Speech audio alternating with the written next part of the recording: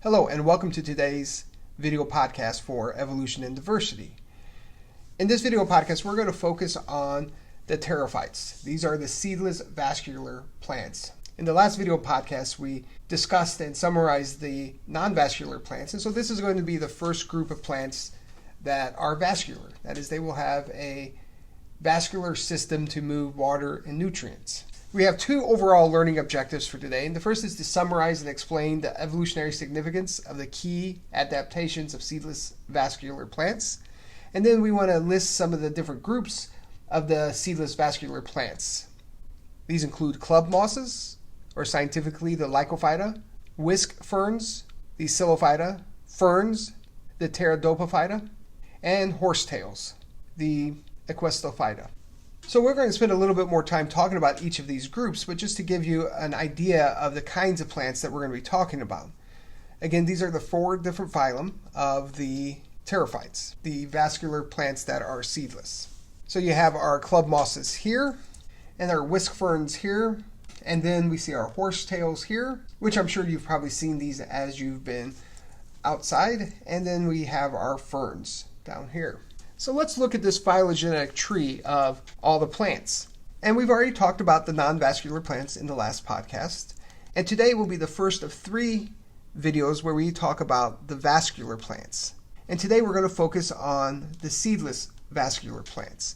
And so let's do, as we often do when we look at a phylogenetic tree, ask what is the most recent common ancestor of all the seedless vascular plants? And we see this is the common ancestor that led to our four living seedless vascular plants, and our one example here of seedless vascular plants that is no longer living. But this is the common ancestor. You might also think about the most recent common ancestor to the living seedless vascular plants, and that would be here, when roots were formed. And so this led to all four of the living seedless vascular plants. It also, however, led to these other vascular plants. So over here we have this question that we often like to ask, and that is, are seedless vascular plants, that is the pterophytes, are they monophyletic, paraphyletic, or polyphyletic? Go ahead and hit pause and think about this, and then hit play again once you think you know the answer. Okay, the correct answer is that the seedless vascular plants are paraphyletic. And the reason they're not monophyletic is that if you look at the most recent common ancestor, we can see that it does include all of the seedless vascular plants, whether you look at this common ancestor or if you look at this common ancestor. But in both cases, they also include the gymnosperms and angiosperms. So they don't include all of the descendants from that common ancestor. So they cannot be monophyletic. Since the common ancestor includes all of the descendants within the group we're looking at, the seedless vascular plants, but does not include all of the possible descendants from the common ancestor, then we say they are paraphyletic. All right, next I'd like to spend some time talking about the traits that we find in the pterophytes, the vascular seedless plants. Now, some of the traits that we will find in these plants are going to be the same that we see in the non-vascular plants. So throughout evolution, these plants retain some of those characteristics. For instance, the seedless vascular plants still have a cuticle to help keep it from drying out. They still have a stomata. And the stomata, remember, helps bring in carbon dioxide and release water. They also still have the flavonoids to protect them against UV light. They also still have a flagellated sperm. They still require water to help move the sperm to the egg. And lastly, they still have those organs that are specifically designed to make either eggs or sperm. So they still have that. So what makes them different? Well, there are a few things that will make them different, and I want to highlight on these four different features. So the first thing I want to talk about is the fact that in the pterophytes, we now find a much more complex vascular network to move water and other nutrients. Remember, in the non-vascular plants, there was a more primitive way of moving water and nutrients using water-conducting cells. But now, in the pterophytes, the seedless vascular plants, we will find a much more advanced network of tissues that allow for the movement of water and nutrients. Remember, those non-vascular plants, they had to stay pretty close to the ground to be close to the water. However, now with this adaptation of vascular tissues, the plant could grow taller because it could now move water over a longer distance. However, remember what we said a few videos ago is that it really couldn't get taller because it would fall over. And so that's when lignin comes into play. So in these vascular seedless plants, we now see more lignin that allows those plants to get taller. We also begin to see stems, roots, and leaves. The rhizoids that were prominent in the non-vascular plants are no longer there. Instead, we have these roots that are going to be important in attaching the plants to the substrates and to bring in nutrients from the ground. Finally, the last thing here is that if you remember from the non-vascular plants, their alternation of generation was dominated by the gametophyte stage. In the vascular seedless plants, it's going to be dominated by the sporophyte. Okay, so let's talk about each of these in a little bit more detail. So I'm going to introduce two new terms to you. The first is xylem, and the second is phloem. Together, they make up the vascular system in vascular plants. The most important difference is that xylem moves water as well as dissolved nutrients from the roots to the shoots. And when I say shoots, I'm talking about moving them to the stems and leaves. Now, phloem is a little different because it doesn't move water or dissolved nutrients. It moves sugars, amino acids, hormones, and other substances along this tube here. That's the phloem. However, another difference between xylem and phloem is that in xylem, there are no end walls between the cells. So this would be a cell if there were walls between these two units, but there's not. This allows for a much more freer movement of water. We can see over here that in the phloem there are end walls, and they serve as these sieve plates here to allow for the selective movement of organic material between one cell and the next. With xylem, the movement of water moves from the bottom of the plant to the top of the plant. It doesn't go in both directions. It moves from the roots to the shoots. However, with the phloem, those organic nutrients will move in both directions. And this is one of my favorite differences between these two, and that is that the xylem is actually made up of dead cells, whereas the phloem is made up of living cells. I should also mention that the xylem is lignified. And being lignified means that it contains lignin within these dead cells that make up the xylem. This provides a great deal of strength to the overall xylem structure. And this is important because it needs to be a bit more stronger than the phloem because the water pressure that is moving through the xylem will change. The xylem, I also want to say, makes up the bulk of the plant. If you look at these two vascular structures, most of it is xylem. I also want to say something about how these are structured within the plant. So we took a cross-section through the stem of the plant, which I'll talk about in a moment. What you would see are these vascular bundles. And these vascular bundles contain both phloem and xylem parts. On the outside, you would find phloem. And on the inside of these vascular bundles, you would find the other part of the vascular system, and that would be the xylem. Just a little bit more about the xylem, and there's a lot of detail in this particular figure, but what I want you to know is that as plants evolved, they needed to have a much better way of moving water and nutrients, and they also needed that ability to get taller and move away from the ground. And what we saw in our non-vascular plants, as we see here in part A here, were these conducting cells, these water conducting cells that were primarily made with cellulose. And that in itself is a fine structure, but it's not going to give it the strength that it needs to get taller. And some early seedless vascular plants, we see fossil evidence that they started to develop these rings that you see here of lignin deposits that were with these cellulose molecules in the primary cell wall. And that did provide some extra strength to these plants. Well, what we see now in our existing vascular plants are two walls. We see this primary wall that's made of cellulose right here. And then we see the secondary wall on the inside here, just past the primary wall. And that contains the lignin. And this provides that strength and that support that is needed for the plant to grow taller. Now we see what I just described here in all vascular plants. It gets a little bit more advanced as we move into the angiosperms, which we'll talk about in a couple videos from now. But these are the plants that have flowers and fruits. So overall, you'll see a lot more complexities in the angiosperms that we see in the other vascular plants. But what I just went over here is what I want you to know from this slide.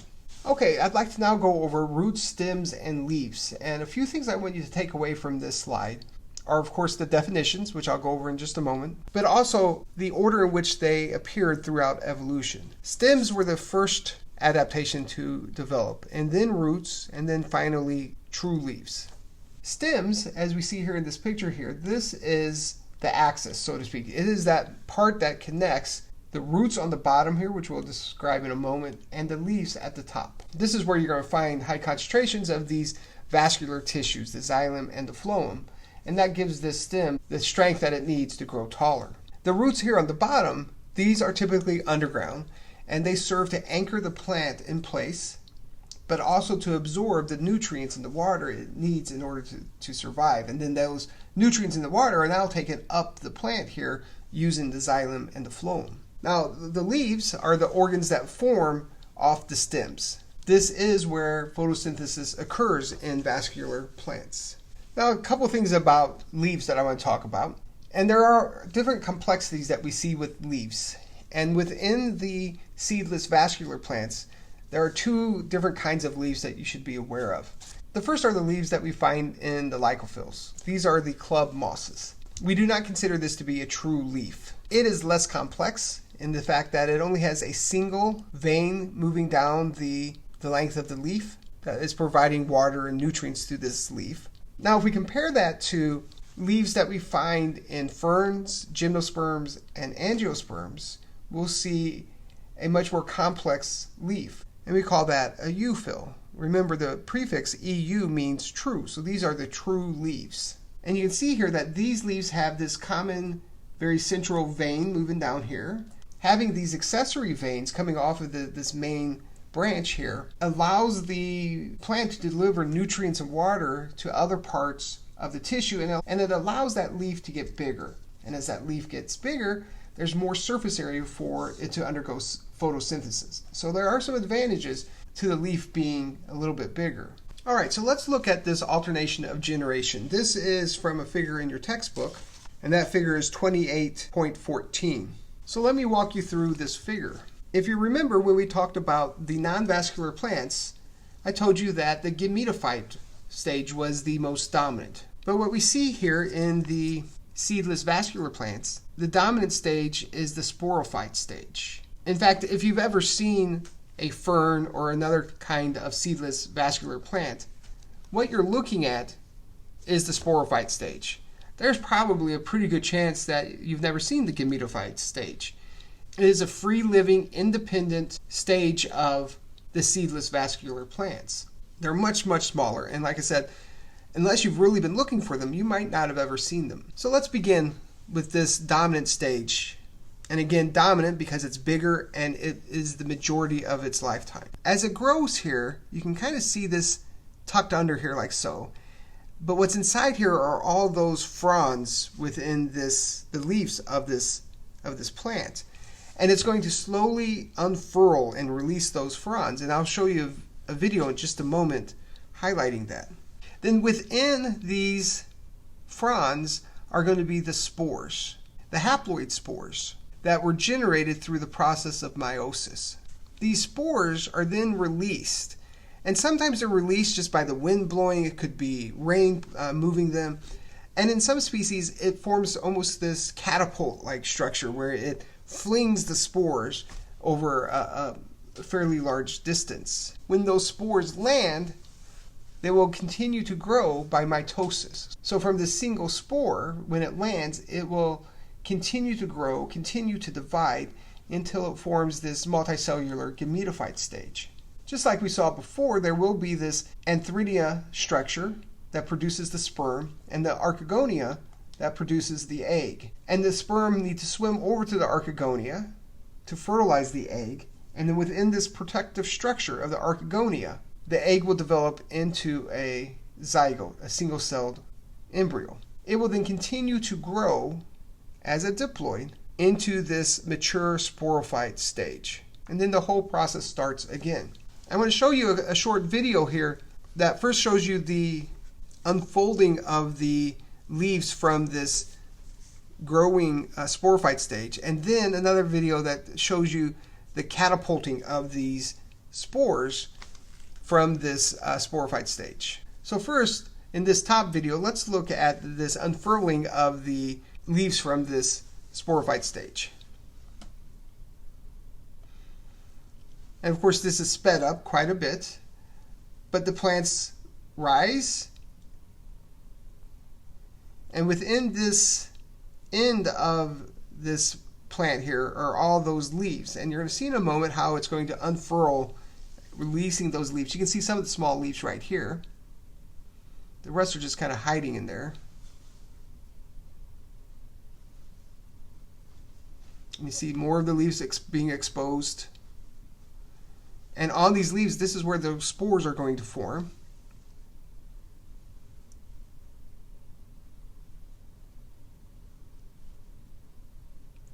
It almost, to me, looks like it's just waking up in the morning, just kind of stretching and yawning there. Okay.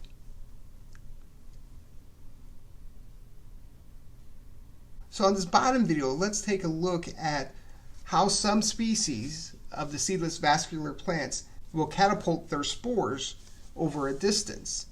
And I want you to focus here on the structures here, and you're going to see it flinging back and then releasing the spores. I'm going to stop it here in a moment. So I'm stopping it right here. And so this flung back, and right here, I'm not going to draw it because I don't want to cover it up, but right here where my cursor is going over, this is where all those spores are located. And in just a moment here, when I hit play again, it's going to fling them forward in a glorious manner. And it flung them. And now it's empty, right? And we'll see a few others that are going to do this. And I'll just let you watch them.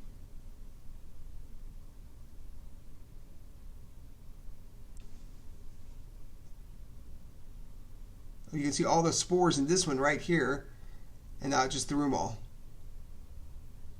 And then those spores, I'm not going to be able to show it to you, but those spores are going to land somewhere. And through the process of mitosis, they're going to divide over and over and over again until they form that multicellular gametophyte structure that's going to produce those gametes, the eggs and the sperm, to start the cycle over again. Okay, so let's go ahead and move on to our second and our last learning objective for today's video. Okay, let's go ahead and move on to our last learning objective for today, and it is to list the different groups of seedless vascular plants and identify some of their distinguishing or interesting features. So we're going to talk about the club mosses, the whisk ferns, the ferns, and horsetails. Let's start with the Lycophyta, the club mosses. There are about 1,000 species of club mosses. They're the most ancient lineage of the pterophytes. They probably most closely resemble some of those first seedless vascular plants that are now extinct. There's evidence that when they first arose that they probably grew as tall as trees. So they've changed a lot over the years. So some species of Lycophyta have flammable spores. And I guess someone discovered this and they creatively used this as flash powder in the early days of photography. Next, let's talk about the Sporophyte, the whisk ferns. There are 6 species, and as the name of whisk ferns implies, they have this very elaborate branching, as you can see in this picture here, of all of their branches. Some of the whisk ferns have a symbiotic relationship with fungi, and in this relationship, the fungi provide the plant some nutrition. In some countries, the whisk ferns are used in landscaping, and they also tend to be this pesky weed that grows in greenhouses. Let's move to this third group, the Pteridophyta, the ferns. There are about 12,000 species of ferns, and it's a group that a lot of us have seen examples of. It's very common in wet and humid habitats.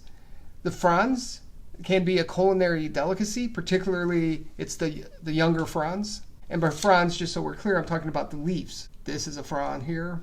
And these red dots on here, they're not really dots, but this is where the spores are going to form. And these will then be released, blown away, and then they will move on to produce the gametophyte. Ferns are also very popular ornamental plants, and you've likely seen these in various landscapes or maybe even in people's homes or offices. Now let's move to this fourth group, the Equistophyta, the horsetails. There are 25 species of horsetails. They have a very unique feature in that they have a hollow stem. This allows for the easy movement of oxygen through the stem of the plant. This top part here can be used to scour pots and pans. So if you're ever camping and you need to wash a pot or pan and you see this, you can grab it and you can clean your pots and pans. Finally, the horsetails are known to have anti-inflammatory and antimicrobial properties. So there's a lot of potential in horsetails to be used in various medicinal purposes. In fact, many cultures have used horsetails for medicinal purposes for generations. All right, so just to give you a bit of a roadmap of where we're going next, we finished the seedless vascular plants here, and we will be moving to the gymnosperms in the next video, and then finally the angiosperms to wrap up the plants. But that's all I have for today. If you have any questions at all, please make sure you reach out to me, and if not, I will see you in class. Bye for now.